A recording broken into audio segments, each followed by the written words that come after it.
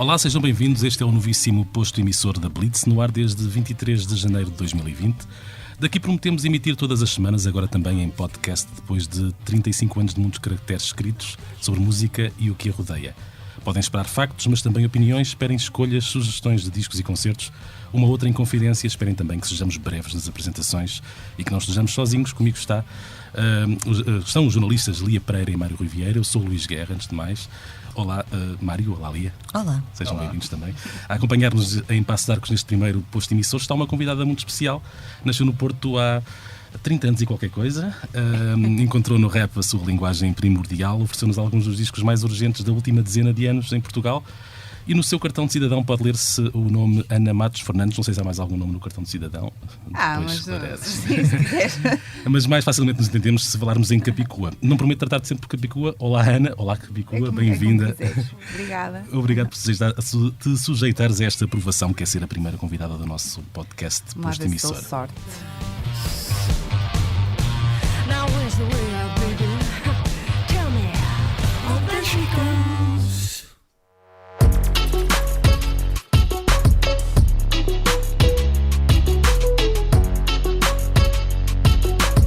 Vens falar-nos de Madre Pérola, o teu novo álbum que sai a 24 de janeiro. É o teu primeiro disco depois de seres mãe. É um acontecimento deste tamanho, torna impossível que a vida, neste caso uma nova vida, não se intrometa na criação. Tu falas de um ovo que estala por dentro. Que impacto teve esta nova vida na tua música? Eu acho que os discos são sempre um retrato de uma temporada, não é? De uma fase da vida e este em particular de uma fase da vida bastante intensa, é que se misturou com o próprio processo de fazer o disco, porque nem que seja porque ele se atrasou um ano, porque houve um bebê que se antecipou, mas também porque o que está no disco é a minha voz de grávida de 8 meses, porque ele foi escrito com essa emoção e as hormonas à flor da pele que a gravidez implica. O que é uma voz de grávida de 8 meses? Isto pergunta alguém que nunca esteve grávida de 8 meses. Olha, tinha o diafragma subido, tinha menos espaço na caixa torácica, não é? Só por isso já alterou bastante o timbre, não é? E a minha prestação, porque tive que contornar a falta de fôlego, por exemplo. E encaraste sempre isso com grande ânimo ou também com alguma preocupação? Sim. Não, preocupação não, mas confesso que quando comecei a gravar o disco notei que a minha voz estava diferente e na maior parte das músicas isso não foi um problema, mas sei que depois houve uma coisa ou outra que eu quis gravar depois já do bebê ter nascido, porque achei que teria mais energia ou que teria mais... Que teria uma voz mais apropriada, mas no geral foi um processo tranquilo. O bebê deixou-me trabalhar bastante, porque tive concertos até ao 7º mês e depois gravei o disco em seguida, e nesse sentido ele foi generoso comigo, não boicotou o meu trabalho e colaborou no disco. Está a guardar-se para outro momento. Eu espero que agora, sim, depois de nascer complicou bastante o trabalho, até porque eu tinha gravado praticamente tudo e tinha quase tudo finalizado até ele nascer, e depois os 10% que faltavam demoraram uma eternidade a terminar e portanto é por isso que eu digo que esta vitória de lançar esse disco é a minha medalha mais brilhante, porque foi a mais suave e a mais... é que foi preciso mais força motriz, porque deixei de ser dona do meu tempo, não é? A minha prioridade passou a ser outra e o trabalho ficou para terceiro ou quarto plano, digamos assim. O Mário entrevistou o Mário Rui Vieira, que está connosco, entrevistou a Capicua para o Expresso. De que é que falaram, Mário? Falámos de muita coisa, mas uma coisa de que nós não falámos e eu gostava de te perguntar: ostra feliz não faz pérola, ostra para fazer pérola precisa de um grão de areia dentro. Isto é provavelmente aquilo que nos dá as boas-vindas ao teu disco. Sim. Esta citação do pensador Rubem Alves foi o rastilho para este álbum? Eu digo esta frase há muitos anos. A primeira vez que eu ouvi, ela soou-me logo muito acertada e é uma frase que eu dava por mim a dizer quase como se fosse um provérbio. E depois quando passei neste disco e naquilo que eu queria enquanto exercício criativo e enquanto gatilho da criação, era um bocadinho essa ideia de tentar fazer o máximo, fazer a música mais solar possível a partir dos temas sérios e das emoções às vezes mais pesadas, e tentar transformar os incómodos e as dores da existência em música o mais alegre possível, que é o tal jeito alegre de ser triste que os brasileiros bem praticam. E nesse sentido, quando essa frase resumia um bocadinho a ideia, a própria metáfora da pérola é muito poderosa para a questão também da maternidade e da criação, não é? Da criação dos filhos e da criação artística. Porque eu acho que esse exercício que eu me proponho a fazer neste disco é um bocadinho o exercício que todos os artistas fazem, que é tentar dar sentido à existência, a nossa e de quem nos consome, não é? De quem consome a nossa arte, através da beleza no seu sentido filosófico mais abrangente, no sentido em que se não fosse a música, a escrita, a dança, o teatro, todas as formas de arte, era quase impossível conviver com a nossa própria finitude, com as angústias existenciais de estar vivo, e a própria ideia de civilização se baseia um bocadinho nessa partilha, não é? Na partilha desse património cultural que nos aproxima e que nos conforta, não é? Numa existência que é em si bastante angustiante e num mundo que é tão desconfortável. Então essa ideia da ostra que faz ostra feliz não faz pérola não é aquela ideia de que precisamos de sofrer muito para fazer música, tipo como se fôssemos uns fadistas da velha guarda. Não é bem isso. É mais a ideia de que para sermos felizes, de uma forma ou de outra, vamos precisar de transformar os nossos grãos de areia em pérolas, ou juntar os nossos caquinhos e fazer um gaudí, não é? É toda essa ideia que é transversal ao disco.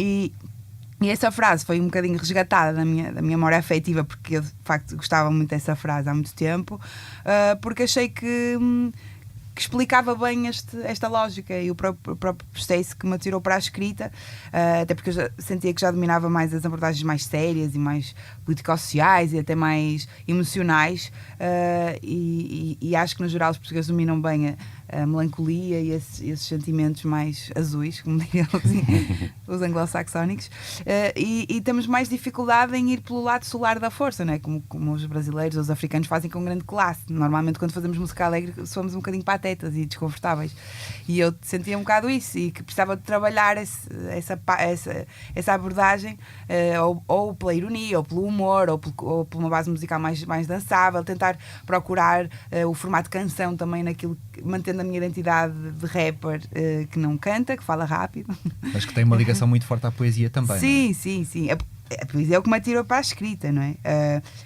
E é a poesia que me atira para a música, digamos assim. A escrita é que me permite fazer música. Mas depois, claro, como eu quero trabalhar músicas mais dançáveis neste disco, ou brincar ao formato de canção, precisa também de me cruzar com outras vozes. E é por isso que o disco também é tão partilhado.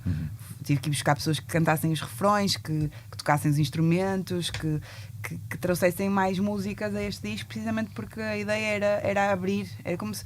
Há muitas pessoas que me perguntam se este disco tem uma ligação com o Sereia Louca, e eu acho que é a mesma. Acho que é a mesma personalidade, mas é como se no Sereia Louca ela estivesse fechada em casa, melancólica, debaixo da manta, e é neste disco que ela tenha saído para a rua e esteja a abraçar toda a gente e a dançar. É um bocadinho isso. Porque as temáticas são um bocado as mesmas, não é? E, no sentido em que fala muito das mulheres, tem uma dimensão aquática, também vai a temas mais sérios, mas depois também fala sobre a passagem do tempo e sobre as transformações, mas ao mesmo tempo, mas por outro lado é muito mais aberto ao mundo, é um disco muito mais partilhado, muito mais solar, muito mais dançável, e era esse o objetivo. Uma das coisas que tu me disseste é que achavas que as pessoas iam olhar para este disco como menos político, talvez. Sim. O que é que te fez pensar que seria essa a forma como as pessoas receberiam este disco? Primeiro porque acho que lá está, esta abordagem mais luminosa dos temas acaba por disfarçar as agendas, não é? E enquanto que numa música que é mais abertamente reivindicativa ou crítica, as pessoas percebem logo imediatamente do que é que eu estou a falar, não é? Se eu vou falar, por exemplo, das questões fazer uma crítica às redes sociais e à forma como e à ilusão da cidadania online e dessa exigência de perfeição, etc. Eu podia falar disso de uma forma mais óbvia, e vou falar pela ironia, não é? E as pessoas acham piada e riem-se, e no fundo estão a refletir na mesma, só que o tom é menos assertivo, digamos. há uma abordagem mais disfarçada, digamos assim, ou um bocadinho mais. Fui dar uma voltinha para falar do mesmo tema, para fazer as pessoas pensar, mas se calhar não estou ali de dedo apontado e com o megafone com o volume no máximo e as pessoas não têm essa percepção. Ou mesmo quando eu falo das questões que têm a ver com a condição da mulher e com a luta feminista, eu acho que as pessoas estão habituadas a ouvir-me falar sobre isso e se calhar neste disco eu falo disso de uma forma mais como é que é dizer? Menos dedo na ferida, não é? Sim, Menos... eu acho que o dedo está na mesma na ferida, mas menos pesada no sentido, para quem ouve, não é? Ou seja, as pessoas vão dançando e vão absorvendo, não é? É um bocadinho isso. Mas sim, eu acho que a ideia de que o meu trabalho tem sempre uma carga política, eu acho que é verdade no sentido em que para mim tudo é político, e há uma ideia também que os músicos devem ser um bocadinho antissépticos, e eu não concordo com isso, porque não me identifico com essa postura de entertainer que não prejudica o concerto da manhã e prefere não se posicionar, porque eu acho que nós posicionamos também pela omissão. E eu prefiro ser declaradamente opinativa acerca daquilo que me preocupa e aquilo que eu acho que é importante falar em cada momento. E nesse sentido, essa postura é transversal, não é? E só o facto de teres uma mulher a falar sobre aquilo que lhe apetece e sem preocupações de ser decorativa, com o microfone na mão e a comandar a sua própria música e a sua carreira, já em si é um statement. Político. Sim, é um ato político. E depois, se for abertamente, se o conteúdo for abertamente crítico e reflexivo, melhor. E nesse sentido, essa é a minha postura. Claro que não tenho que estar sempre a falar sobre a crise, ou sobre a Troika, ou sobre a União Europeia, ou sobre os refugiados. Ou seja, não tenho que estar a cumprir com uma agenda de atualidade, digamos assim. Porque isto é música. Mas não deixas de cumprir, falando agora de um tema e puxando ali agora para a conversa também, um tema chamado circunvalação, que eu acho que também será muito, muito querido ali, em que falas da questão da gentrificação. Sim. E da forma como o Porto se tem tornado uma cidade muito limpinha e ignorando um bocado ou atirando para fora da cidade aquela coisa mais castiça da cidade, não é? Sim.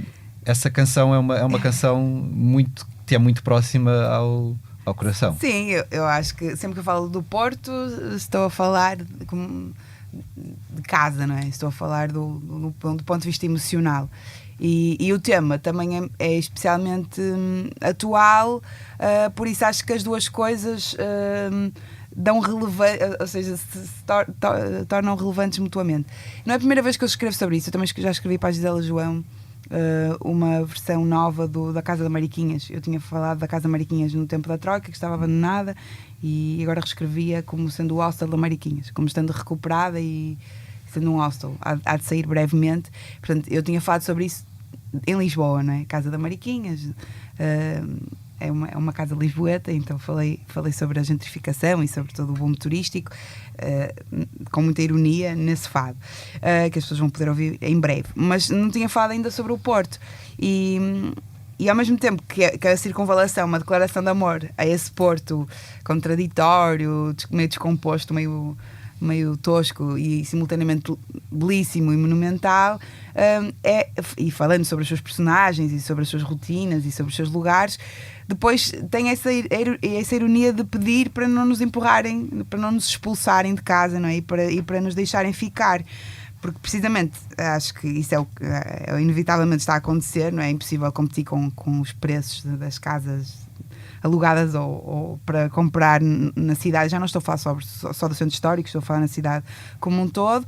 É cada vez mais difícil manter os negócios locais, tradicionais, e os cafés e as confeitarias do costume, porque está tudo a transformar-se em Starbucks e em lojas de grandes marcas internacionais e em hostels e em restaurantes gourmet, e de repente nós assistimos que em poucos anos a uma transformação brutal da cidade, que tem coisas boas, obviamente, ninguém quer uma cidade em ruínas e em crise, mas que rapidamente se aproxima de uma descaracterização e da expulsão das pessoas que fazem com que ela seja um ambiente vivido e real, não é? Que não seja só um cenário para inglês ver. E eu, como vivi em Barcelona, por 2 vezes, em 2 fases diferentes da minha vida, percebi que rapidamente uma cidade se torna insuportável quando o turismo não é controlado e quando a própria saturação dos seus habitantes com a pressão turística se torna de cortar a faca, não é? Em Barcelona tens episódios de pessoas que vandalizam hotéis, que escrevem faixas para pôr na janela e dizer vão embora, não queremos mais turismo. Quer dizer, eu não quero que a gente chegue a esse ponto, porque não se trata de xenofobia ou de nada do género. A gente também gosta de ver as cidades dos outros e gosta de receber bem as pessoas que vêm de fora. Trata-se de controlar um bocadinho os impactos nos cotidianos e tentar fazer com que a cidade não se torne um espaço descaracterizado e oco, que é o que acontece se as pessoas não deixarem de viver nos edifícios e deixarem de ter as suas rotinas, porque tudo está virado para os visitantes e não há espaço para a domesticidade, não é? e para aquilo que são os lugares de sempre. E eu acho que isso é uma coisa que nós temos que falar muito abertamente e cada vez mais, não como uma coisa quase que agora há uma espécie de reação automática. Mas antes é que as pessoas tinham medo de andar na rua, ou querias a cidade toda abandonada, ou tipo como se fosse uma espécie de ingratidão. Mas não é isso. Nós não estamos contra o turismo. O que eu acho é que é preciso minimizar os impactos, não é? E controlar, regular um bocadinho o mercado, por forma a não banalizar o turismo e torná-lo demasiado, torná-lo a única força económica que anima a cidade, e de repente um dia quando eles forem embora, os turistas, nós ficamos Claro. sem nada. Já para não falar de que é preciso pegar no dinheiro do turismo e investir em habitação a preços controlados, em serviços públicos que funcionem e que não estejam saturadíssimos, como é o caso dos transportes públicos ou da recolha de lixo. Basta ver como está o Porto cheio de gaivotas a furar sacos de lixo deixados a qualquer hora na rua. E portanto essas questões são muito reais, e eu podia estar aqui... Era mais fácil para mim não falar sobre estas coisas, porque se calhar não prejudicava a minha agenda de concertos. Mas não é para isso que estamos aqui. O teu futuro no Porto está comprometido. Não estou a dizer isso. Calma. Espero que não vai acontecer isso. Do Porto para Gaia, que é de onde a Lia é natural, em confidência, lá estava prometida. A Lia também é secte há muito tempo, e certamente que tem aqui alguma inquietude, alguma inquietação que queira partilhar em relação ao teu disco. Inquietação tem uma carga negativa, não será bem. Mas ontem estava a refletir, digamos assim, sobre a letra do primeiro single, portanto, do tema título. Quando tu falas das reações que algumas pessoas têm, se fazes sempre igual, é sempre igual, se é diferente, eu gostava era do primeiro disco. Estás a falar do Planetário, não da Madre Pérola. Peço desculpa. Ok, da Sim. música que abre o disco, não é? Sim, exato. Okay. Quando falas das reações que as pessoas têm e da dificuldade que se calhar é satisfazer toda a gente, que nunca é possível e que nunca também será a tua ambição, como é que tu tens lidado com essas expectativas? É uma questão que teve quente. Eu gostei da forma direta como eu estava muito hormonal, não havia filtros. Eu já sou uma pessoa direta. Na gravidez estava um bocadinho destravada, digamos. Eu acho que tenho lidado blindando-me o mais possível, sobretudo durante o processo criativo. Eu, no processo criativo, estou na minha bolha, não mostro aquilo a ninguém, e nem sequer, e está muito longe o dia em que as pessoas vão ouvir. Hoje, que é a véspera, estamos a gravar na véspera do lançamento do disco, se calhar hoje já começo a pensar nisso como uma coisa mais presente, não é? Amanhã as pessoas vão ouvir o disco, o que é que as pessoas vão achar? Mas durante o processo criativo eu não penso nisso, e tento ser o mais fiel à minha visão possível. É claro que com a gestão de uma carreira que já tem alguns anos, vou-me apercebendo que quando és a novidade, surfas na onda da novidade e toda a gente quer falar contigo, toda a gente quer ouvir, e é super cool dizer que a tua música é fixe. Depois há uma fase em que deixas de ser novidade e tens que gerir a falta de interesse e a cena de que de repente toda a gente conhece, então já não é cool, e tens que manter a consistência e fazer a tua cena como sempre fizeste, porque aliás sempre a fizeste não para agradar a gregos e a troianos, mas porque tens necessidade disso do ponto de vista da expressão artística, não é? é? E pronto, faz o que tens a fazer. E depois é um terceiro disco, o segundo correu tão bem que a certeza que as pessoas vão gostar mais do segundo, porque o segundo ficou naquele, pronto, marcou afetivamente as pessoas, então este aqui nunca vai ser melhor. Sei lá, e acho que no geral eu tento não pensar muito nisso e tento reagir, dançar conforme a música, no sentido em que se as pessoas têm interesse em falar comigo, ótimo, e se não têm, pronto, acontece. E tem acontecido, e neste disco também aconteceu, por exemplo. E claro que é um bocadinho ingrato, porque há uma espécie, eu digo, como digo lá nessa música, no Planetário, há uma espécie de síndrome de porteiro de discoteca, não é? Que alguns meios têm e alguns promotores e que fazem uma espécie de seleção do que é cool e o que é que não é cool em cada momento. Sem que isso tenha a ver necessariamente com o teu valor artístico, é mais com a questão da novidade e o que está trendy no momento, não é? E eu acho que isso é uma forma um bocadinho estúpida de avaliar a qualidade musical de alguém, se a pessoa apareceu na semana passada ou está aqui há 15 anos, mas tudo bem, é assim que o jogo funciona. Claro, enquanto eu tiver vontade de fazer música e olhar para a música com muito romantismo, como é o meu caso, os prós vão compensar. Eu vou continuar a ver o copo meio cheio. Quando essas chatices, não é? E essas coisas pronto, que é preciso gerir na promoção dos discos, ou na expectativa que as pessoas fazem, ou na opinião do público, ou na opinião da tribo, não é? Que também, da qual eu falo também nessa música. Quando isso começar a ser demasiado incómodo, eu vou fazer outra coisa, porque acho que é demasiado especial esta coisa de...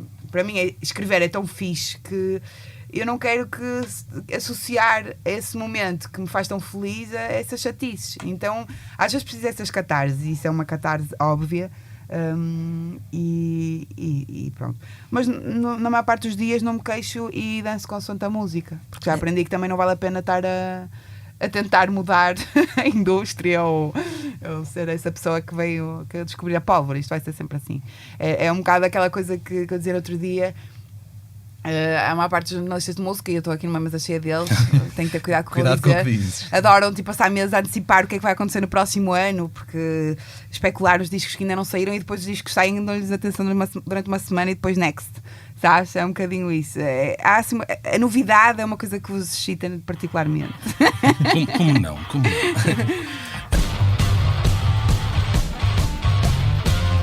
there she goes.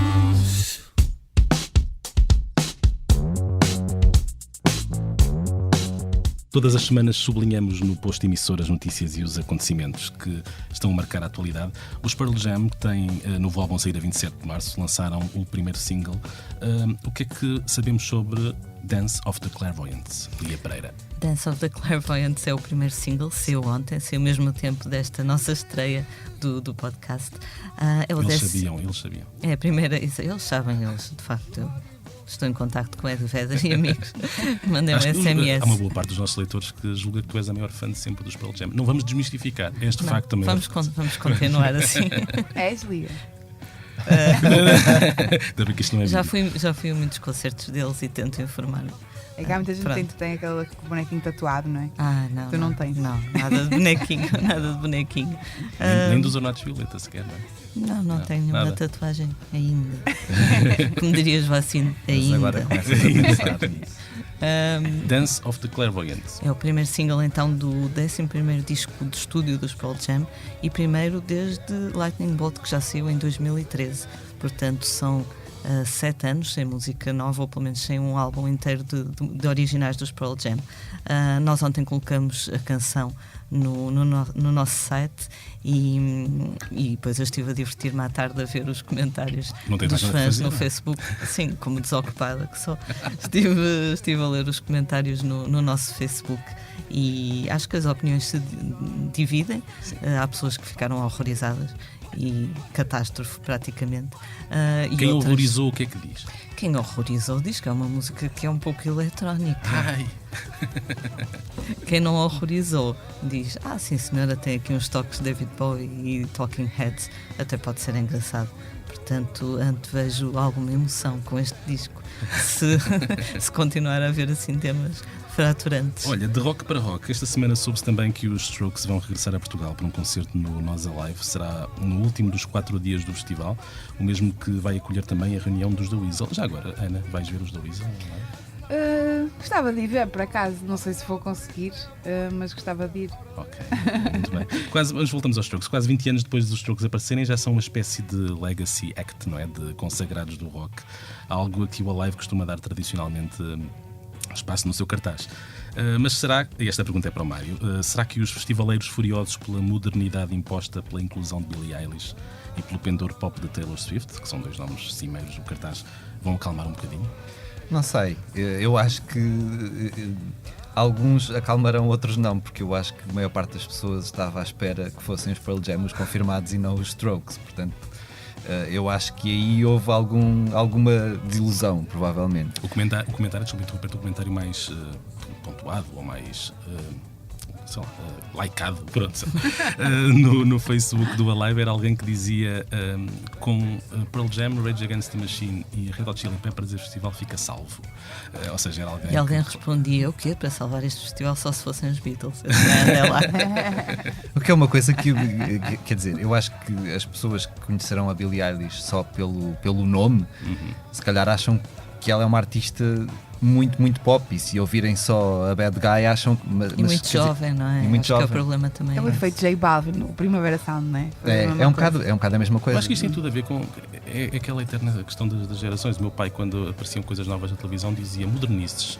Eu acho que agora alguém que tenha 40 anos, que era a idade que meu pai tinha quando eu era pequenino, também dirá a mesma coisa. Billie Eilish é modernistas, e essa desvalorização pela... Não, é que, olhando para o cartaz do Alive, a verdade é que há poucas modernices, não é? As únicas coisas grandes que tu tens ali fora daquilo que nós esperaríamos do Alive sendo um festival de rock é a Billie Eilish e a Taylor Swift. Mas estão lá em cima, isso faz impressão. Pronto, provavelmente é isso. Agora, eu não sei se os Strokes serão suficientes para fazer com que as pessoas deixem de ter essa impressão, porque eu acho que os Strokes era uma banda, obviamente, há 20 anos muito, muito, muito forte, e com todas estas atribulações de voltam, não voltam, tem um novo disco, não tem um novo disco, depois o Julian Casablancas a fazer concertos que, pronto, pela minha experiência pessoal com a sua banda paralela aos Voids, não deixa muito boas recordações. Eu não sei até que ponto e não sei que Strokes é que nós vamos ver em palco este ano. Eu espero que sejam uns Strokes em boa forma, mas não sei. Não os sei Strokes, o que vai acontecer. Se bem me lembro, nunca foram uma grande banda de palco, ou seja, tocavam praticamente igual aos discos, não havia aquela coisa que o povo gosta, que é a comunicação, não é? E eu adoro Portugal. Eu adoro Portugal, não sei o quê. Os tipos chegavam ali, faziam a cena deles e tchau, boa noite e obrigado. Nós vimos em 2006 num festival que teve duas edições, salvo erro, Lisboa Sounds, ali ao pé do Rio. Aliás, nessa edição tocaram os Los Hermanos, num dos últimos concertos enquanto banda. E eu fiquei com essa impressão, quer dizer, é fixe porque a gente gosta de Strokes, mas enquanto concerto não é propriamente, ou não era propriamente o supra-sumo da espetacularidade. Inevitável será falarmos também de Madonna e dos concertos que deu e dos que não deu em Lisboa esta semana. O Mário Rui Vieira acompanhou a saga, quando mais não seja porque esteve presente no segundo concerto, aquele que a imprensa pôde assistir. Muito obrigado, Madonna, por nos deixares ver esse concerto. E por aparecer. E por aparecer, de facto, num concerto em que estava combinado nós estarmos. No dia em que gravamos este podcast, que é 23 de janeiro, a Madonna tem ainda um último espetáculo agendado para o Coliseu. Façamos figas, como ela sugere, mas já podemos fazer um balanço. Com 2 cancelamentos, não fica um certo sabor amargo na boca, apesar de quem viu o concerto, ou quem viu um concerto da Madonna desta edição, ter ficado, a maior parte das pessoas, favoravelmente impressionado.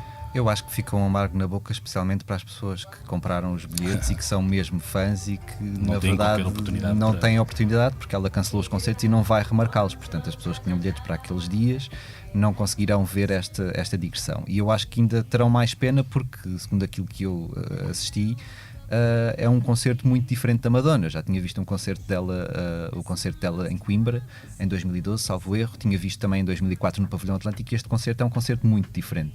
E ela mostra-se de uma maneira que nunca se tinha mostrado. É uma pessoa mais próxima dos fãs, ela interage muito com o público durante o concerto e mostra também uma faceta mais, não sei, irónica. Ela tem resposta muito rápida e tem muita piada. E se calhar estamos habituados a pensar numa Madonna tipo diva que nas entrevistas é sempre muito lacónica e de repente ali em palco nós vemos um outro lado da Madonna que eu acho que é muito interessante de ver que ela não é só aquilo que transporte na sua imagem pública. E depois, uma outra coisa que também é muito interessante no concerto é o facto de ela passar muito tempo a falar sobre Portugal e dedicar uma secção bastante grande do concerto a falar da criação deste disco Madame X, que foi feito aqui, começou a ser pensado aqui em Portugal, e do impacto que teve nisso o facto de ela ter começado a ir a casas de fado e entrar em contacto com músicos portugueses, com o Dino de Santiago, as Batucadeiras e outros músicos que influenciaram a criação deste disco.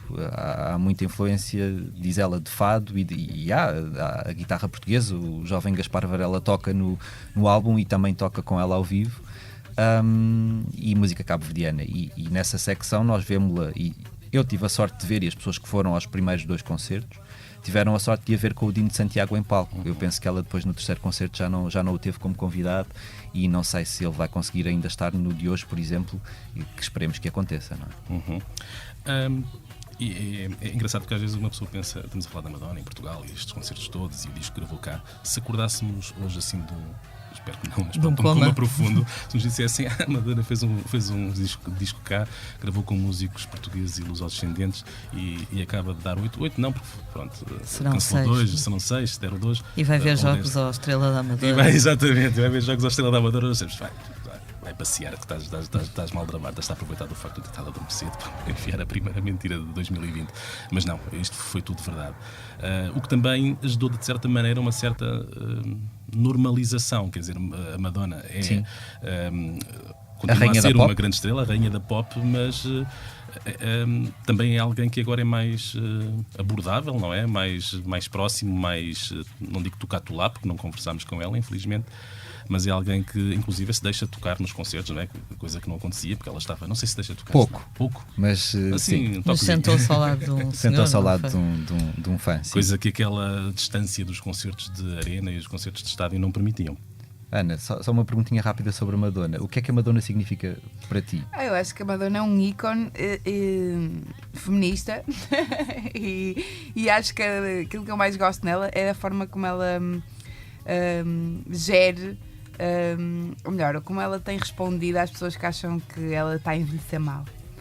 Porque acho que se ela tivesse morrido com 35 anos era uma espécie de Jim Morrison ou de Marilyn Monroe eterna, mas ela está a envelhecer e isso é uma coisa que não se perdoa a uma mulher, e ela tem respondido a isso muitas vezes, dizer porque é que eu vou continuar a fazer questão de envelhecer à vossa frente, por isso habituem-se.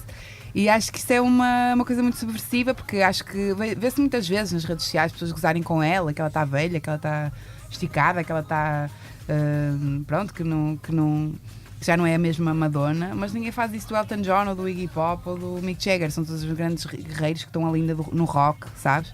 Ela não, ela é ridícula, é velha, devia estar em casa, e ela faz questão de dizer, não, vocês vão ter que me ver envelhecer, lamento imenso, eu sei que vocês gostavam de manter aquela ideia que eu sou um sex symbol eterno, mas ela faz questão de não só envelhecer à nossa frente, como se manter com a mesma atitude de sex symbol, não é? E de mulher hipersexual e de coxa de fora, sabes? Batom vermelho, e está ali com a mesma garra de sempre. E por isso acho que, não gostando muito da música dela, essa atitude agrada-me bastante. Há bocadinho que falavas, quando falávamos dos festivais, no Alive no caso, acho que uma das questões também que eu me lembrei, Billie Eilish e Taylor Swift estão muito em cima no cartaz, como diz o Luís, isso faz aflição, mas são também mulheres num festival rock.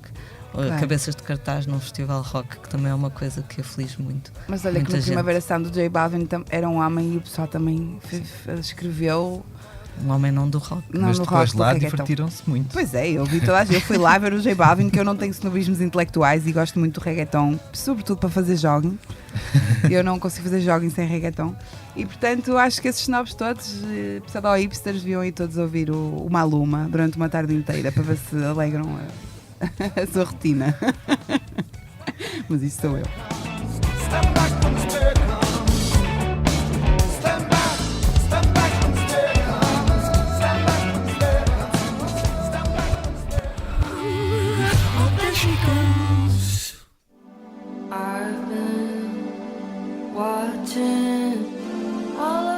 Todas as semanas o posto emissor vai também revelar o que é que os jornalistas da Blitz estão a fazer, para além de gravarem podcasts.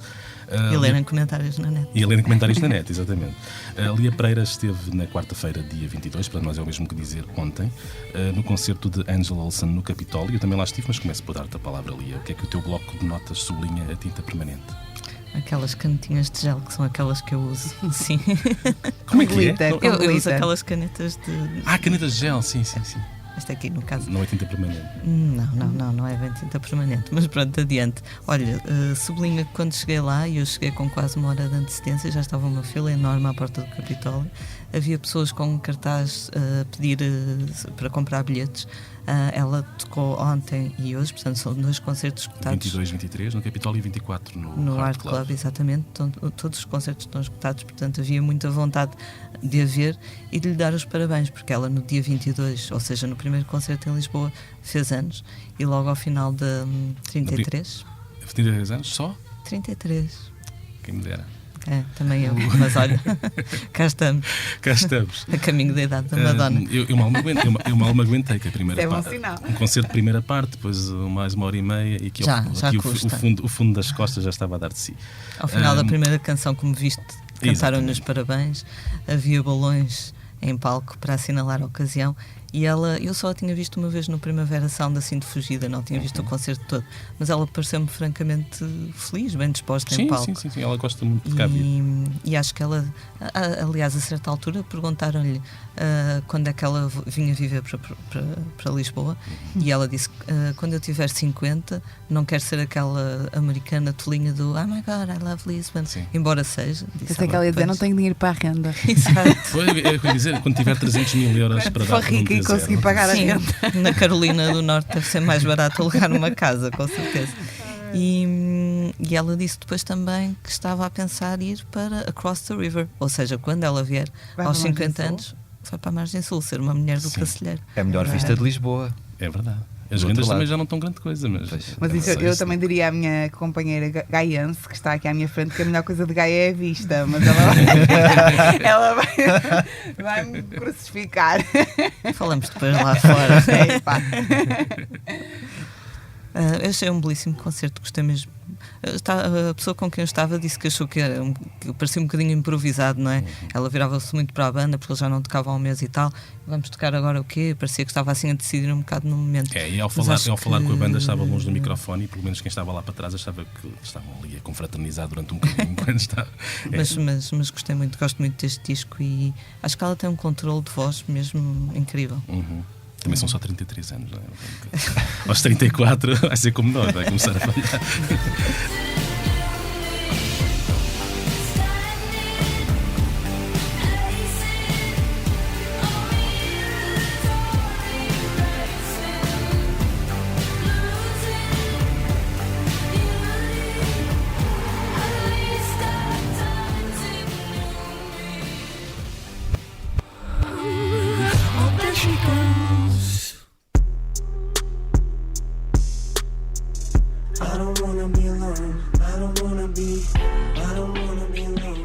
Um dos blocos fixos do posto emissor é aquele que aborda os discos que já saíram, muito recentemente, ou aqueles que estão quase a sair.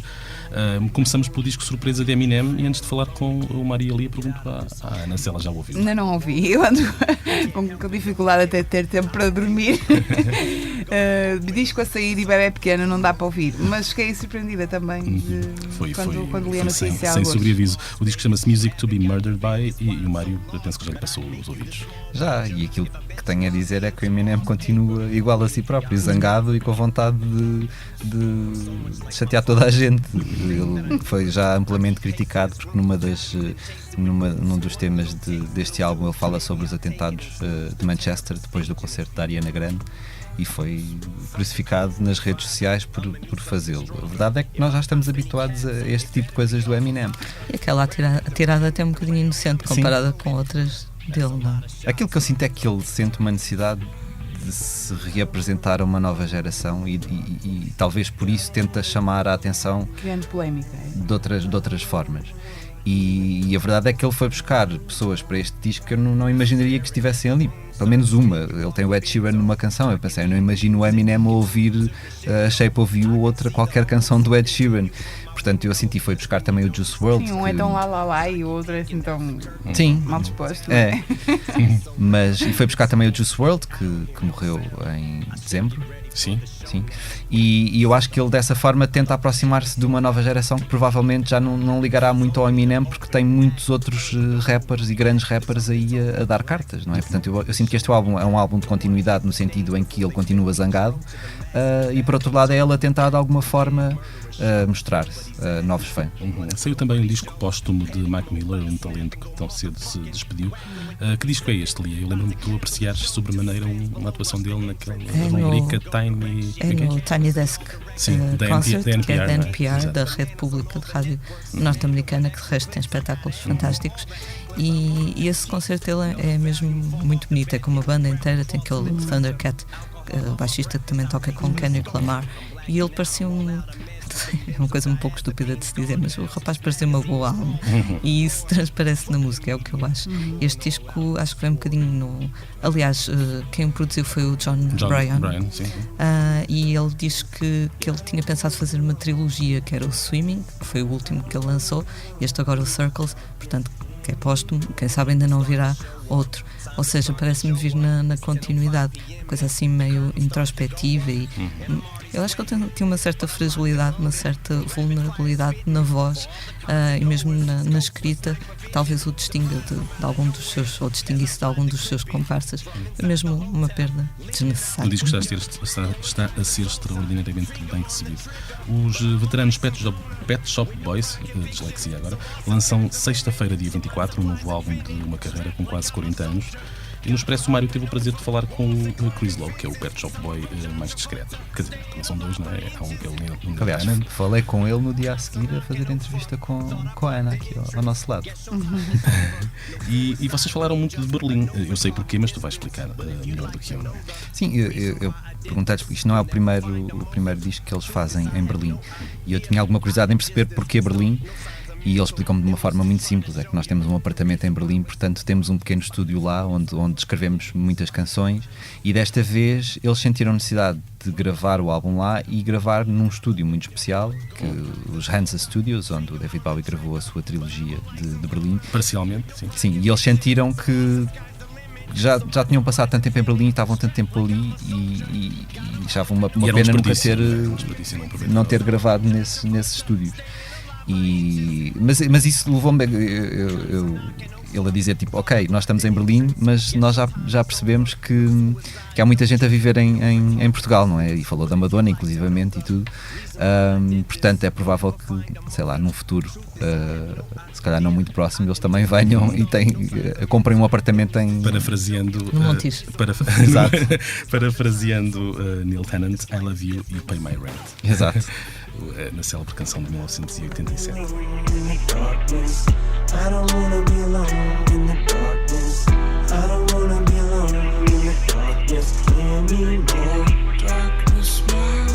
Yeah, we do have some breaking news from the Associated Press right now. Just gonna bring that up because...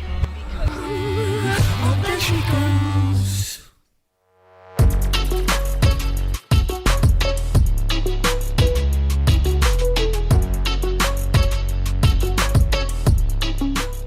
No posto emissor falaremos também dos concertos dos próximos dias, para além de Angela Olsen, de quem já falámos, 23 e 24, Capitólio 23, Art Club 24. Temos revivalismo rock dos anos 70 e 80 com o Cascais Rock Fest no Casino de Estoril, dias 24 e 25, Lita Force, Stranglers e Cutting Crew, que são aqueles do I Just Die in My Arms Tonight, correto? São alguns dos nomes em cartaz. Outros regressados, mas mais novinhos, os ingleses Keane assentam a Reais no dia 25 no Coliseu do Porto e um dia depois, 26, no Campo Pequeno em Lisboa.